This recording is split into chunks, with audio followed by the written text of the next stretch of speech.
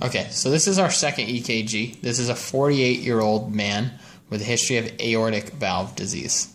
So right off the bat, I'm already thinking he has to have aortic stenosis or aortic regurg. But first, let's go through everything systematically. The first thing that I'm going to do is rate. So this is right on. So 300, 150, 100, 75, and this is right on 60. So just about 60. So you guys see that 300, 150, 175 is right on 60. So just more than 60.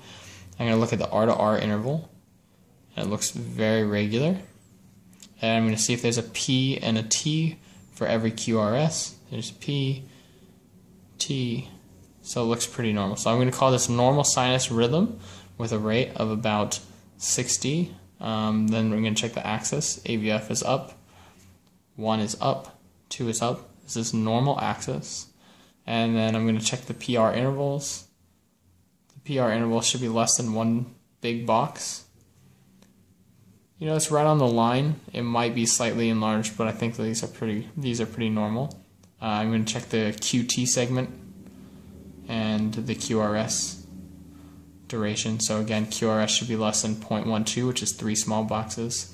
The QT segment should be less than half the R to R, which it is. The QRS here look a little long to me. They look like they're about, especially here, they look like they're definitely longer than 3 boxes. Here, it's very obvious. So these are called ventricular premature complexes, or VPCs, or PVCs, you can say it either way. So these are VPCs or PVCs because they come, you can tell because it comes before the next beat was supposed to come. If this is sinus rhythm, the next one should have come here, and it came before. So these are VPCs. The next thing that I'm going to look at that catches my eye is this big, tall S wave. So part of Cornell's criteria for diagnosing LVH, one of it is the R wave in AVL plus the S wave in V3 have to be greater than 24 millimeters. One big box is 5 millimeters, so 5, 10, 15, 20, 25, 30. This is well over 24 millimeters with just the S wave alone in V3, so this is definitely LVH.